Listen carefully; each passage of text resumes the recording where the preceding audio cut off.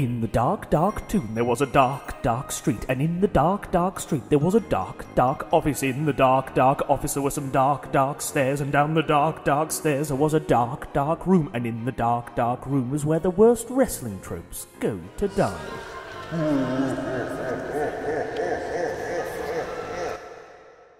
Hello, I'm Ross from Cultaholic.com and welcome to the latest edition of Straight to Hell, the show where my illustrious guest offers up a list of their pet peeves from the world of professional wrestling, and I get to decide which one of those goes straight to hell, because this is a weird world that we live in, and I can't quite believe I'm about to say this, but joining me on this month's episode of Straight to Hell is Dave Meltzer. How you doing? Meeting of great minds in professional wrestling, I'm sure. Thank you very much for joining us today. How are you? I'm doing great. I just can't believe you sat here. First of all, just to break the ice a bit, have you heard of Jack the Jobber? Because he is a man who cites your work relentlessly. Okay, then I don't really know. No. That's the answer I wanted. Thank you very much. And second of all, when you started the newsletter, obviously you had a background in journalism, briefly, at the start. Did you think in 2018, as well as becoming one of the most respected journalists in the industry, you'd also be a meme?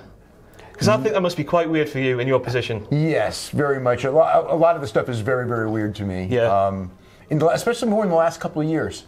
You know, like, not so much the reporting, but the weird, there's a lot of weirdness in the last few years of, like, total lack of understanding of what I do.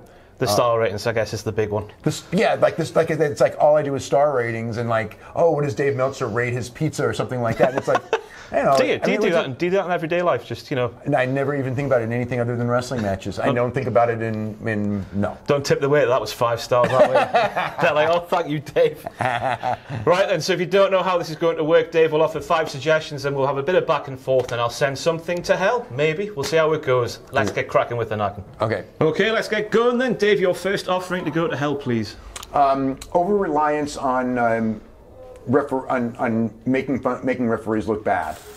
Every now and then it's okay, but I just think that it becomes like a crutch, especially on finishes. I mean, it used to be worse in some places, but now, like especially in Japan during the G1, it got out of control. You know, it was just like, you know, and it's like again, if you do it like once on a show, it's one thing, and it actually can get heat if you do it sparingly. But when you do it all the time, it just becomes annoying.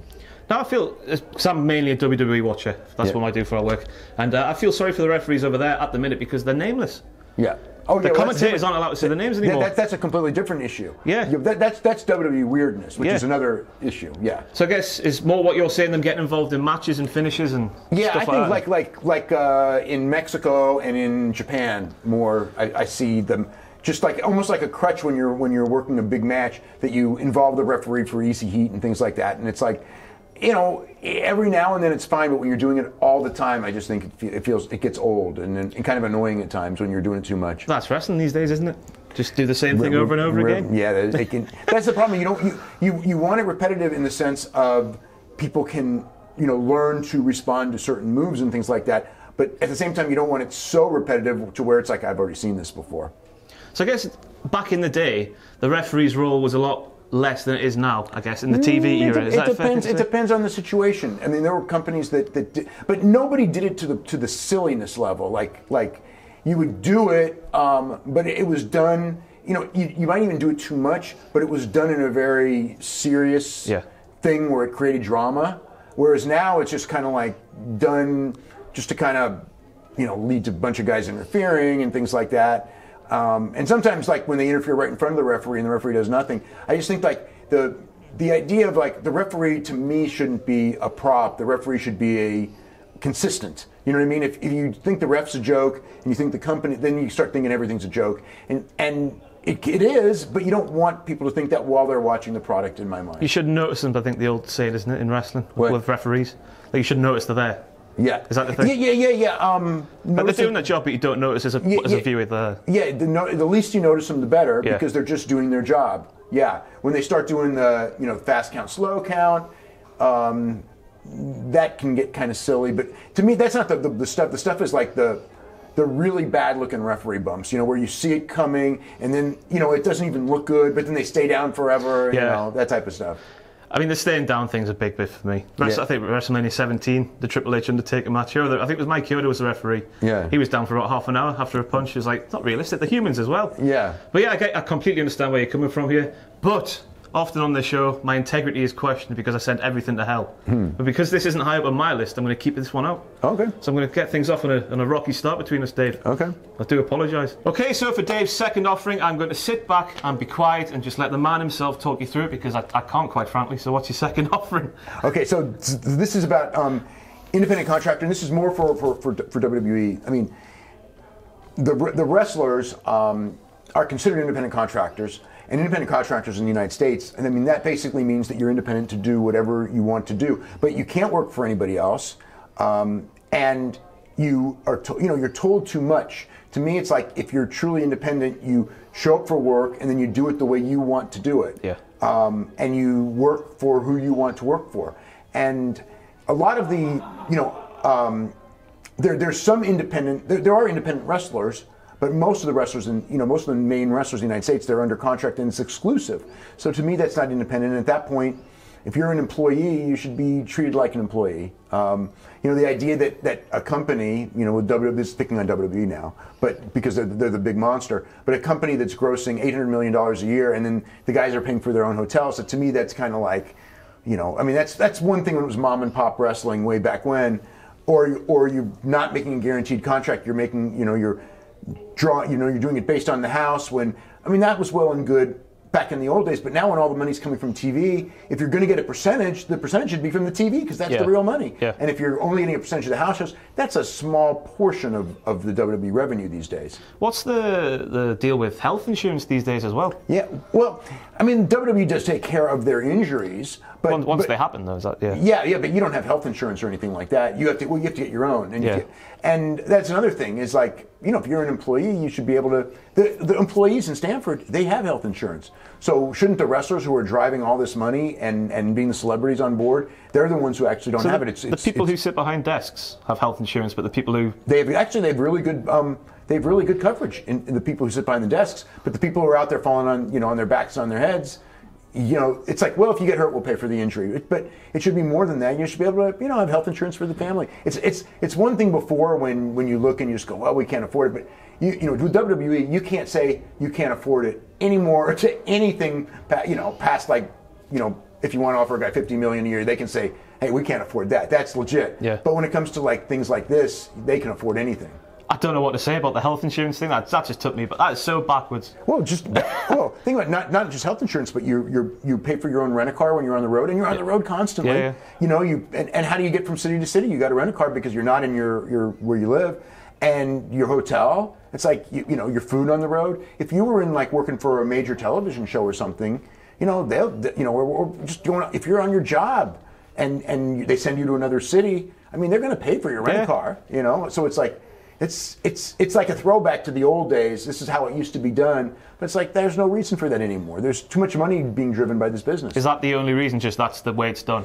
I think it's just because, well, this is how it's been done. Which is funny because they've changed so much. Yeah. But yeah, like it's like this is how you get paid. You get paid on a percentage of the house. Well, that was great when it was 100% house show business. It's house shows are a minor part of the business now.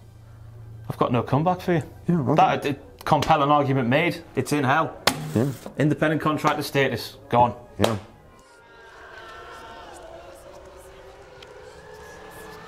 So we are 1 for 2. Let's try and make it 2 for 3. Dave, your third offering, please. I do apologise. Okay, so overly scripted interviews. Okay, so the one thing, there's a lot of stuff about wrestling to me that's as good or better now than in the past. The one thing I can't say is anywhere close is the interviews. And the reason is because these guys are given scripts to read, and some of them are decent enough actors that they can read scripts, and others, I watch them and I go like, I don't believe a word you're saying because it's emotional, it's unemotional, there's no passion to it.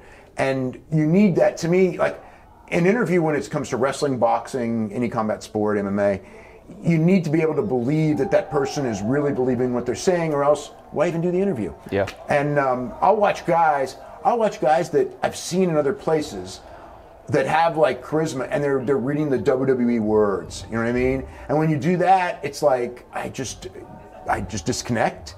And you throw in like if you go in and you can use your own words, it's one thing, and if you feel authentic. But when you feel inauthentic, and it's like. it's a turnoff. It's just a complete turnoff to me. I don't want to pick on WWE all the time, but that's what we cover mainly for our content. The only guy on their program in Raw or SmackDown that you believe what they're saying is Samoa Joe for me. The rest of them, Samoa Joe, Daniel Bryan to a degree. Yeah, okay. But the rest of them to varying degrees. I've seen John Cena be absolutely fantastic. Yes, yeah. But I've also seen John Cena be corny as hell. But yeah, most of them when they're out there doing the interview, it's like the interview should be like the highlight. And so many times I watch the interview, it's like, when's this interview going to end? You know, it's like, let's get to some matches.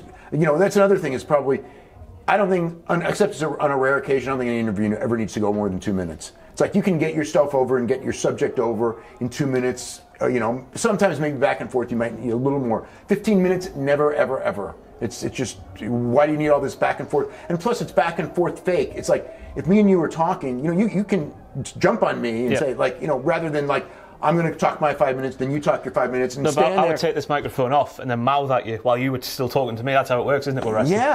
Yeah, but it's like, if I sit there and I'm insulting you, and you just, and you can't come back until I'm done insulting you. It's like, no, I'm going to jump right in there and say, like, no, the same thing to you, you know, and they don't do that very often. Yeah, it's the diversity thing as well, isn't it? Like, you look at how Macho Man and Hogan, etc., are all, like, heralded so much because of their work back in the day. You just don't see it anymore, do you?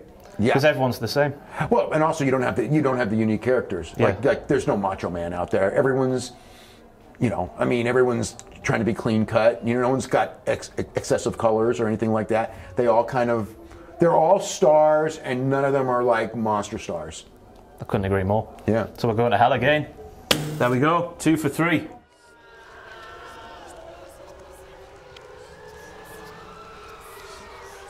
Okay, Dave, your fourth offering, please. Easy for me to say. Okay, so again, I'm picking on WWE again, but this would be announcers who are talking to you in language that nobody talks, fake verbiage in particular.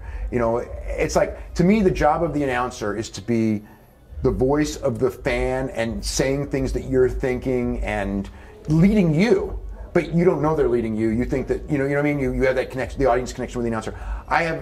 When it comes to WWE announcers, some of the guys on the smaller shows, you know, like the NXT and 205 Live, I can watch and like Nigel McGuinness, and it's like, to me, he's like a clever, you know, he gets his point across and all that. But most of them are using like this pattern of speech and fake verbiage that you just know that like they're being fed the lines, and it's just a total disconnect to me. Yeah, I agree completely. I think Nigel especially is very subtle in the way he deals with what they do. He does it in a sly way, and more Ronaldo to a degree, because he's got so much passion. He does their stuff, but not overtly. Whereas with Michael Cole, it's almost like a cartoon of a bad announcer. Speaking of Cole, the difference between him on Raw and pay-per-views and the Michael Cole we saw at the UK tournament. Oh, I know. Chalk and cheese. I mean that's not when he did it on one of the Japan shows too. Yeah. Where it's like where you could see that there's no Vince McMahon, just go out and do your job, and it's like he's great. But when you're out there and you're listening, you know, maybe the problem's Vince, like, and he's just telling you what to say and how to say it, and you know, or you know, especially like what's really bad is when you hear like somebody like boo somebody, and the announcers are trying to tell you that they're cheering them, you know, because that's what Vince wants you to believe, and it's kind of like, don't even bother. Or when they do the fake laugh. The fake laugh's a real bad one. When there's a joke and there's a big joke on the screen, no one in the audience is laughing, and the announcers are doing this fake laugh, and it's just like, oh, it's so fun to watch. Yeah, Nobody's saying like, oh, it's so. But why do you reckon Vince is like that? Because Vince can't sit back and watch the UK tournament, Michael Cole, and then Raw and SmackDown, and think the Raw and SmackDown version's better. Surely. But why do you think he makes him be that way? Because he's completely controlling. He wants to control everything, and he thinks he knows best, and he knows his own vision best. But sometimes, but it's got to me. I think you really want to make the thing look authentic. I don't think you want it to be like this totally contrived, you know, thing. Because then if it's totally contrived, you only get into it halfway. You don't get into it all the way. I agree completely. The commentators are a big gripe of mine watching the show. They're a bit too much, aren't they? That's what it's down to. A bit too much. Yeah, I mean, when I watch, sometimes I've actually grown to tune out the commentary, and that's even worse because then I miss like key points because it's like I don't pay attention to them because so much of what they say is so inauthentic. I mean, while the job is difficult because they are clearly there just for catchword, buzzword, plug the pay-per-view, and then that's it, essentially. Yeah. They do get on your nerves, don't they? Yeah. You So know. they've got to go down. Yeah. Commentators are in hell. All right.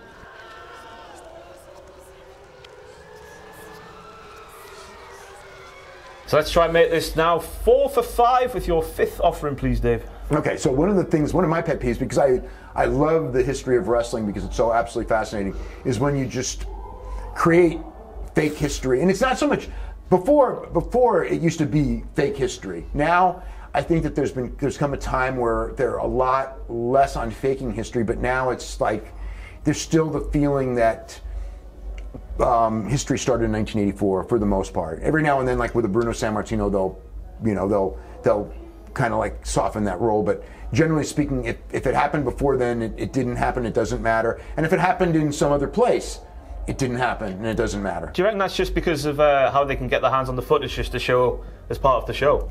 I mean, that's one of the reasons that what's changed is that they do own more footage, so they will acknowledge some other stuff. But just an example is like, the most awkward thing is when they had that no TNA directive. So you're talking about AJ Styles when he comes in. It's like, AJ Styles came from WCW and then he went to the Independent. He traveled the world. Yeah. You know, it's like, okay, you can say he went to Japan, but it's like he was in Impact TNA for, whatever it was, 12 years. 12 years, yeah. And they can't talk about it. Kurt Angle went, where did he go? He traveled the world. I guess.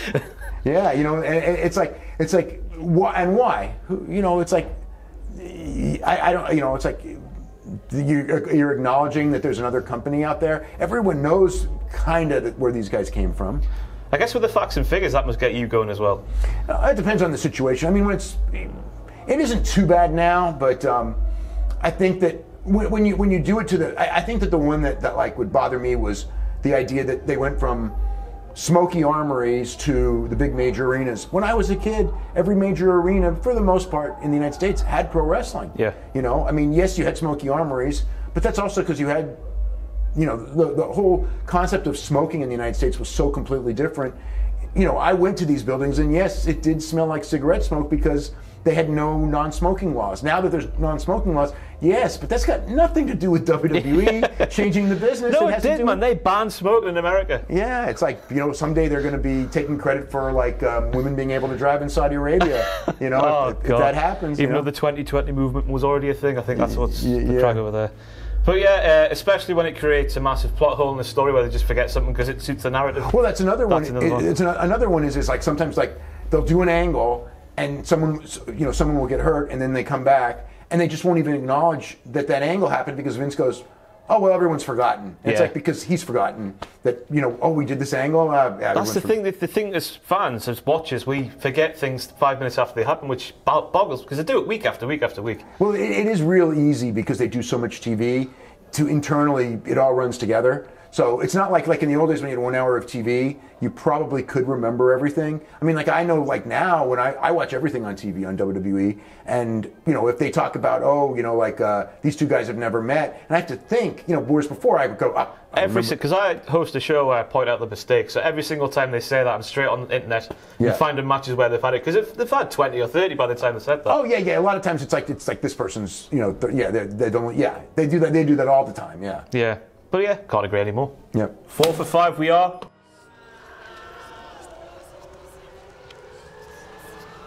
Can't believe it. Thank you very much, Dave. Okay, thank you very much for joining me today. That is it for Straight to Hell. Anything to plug down that camera there? All right. So I do the Wrestling Observer newsletter, www.wrestlingobserver.com. We have the newsletter and we have our podcast. It's like a whole network of stuff with all kinds of different people, including Tom Lawler and my buddy Brian Alvarez. We talk wrestling 3 to 5 times a week. And big newsletter with all the news in wrestling, a lot of inside stuff, a lot of history. It's a whole potpourri of things that comes out every single week. Smashing. Once again, thank you very much for joining me. Okay, that's it for Straight to Hell. Join us next month.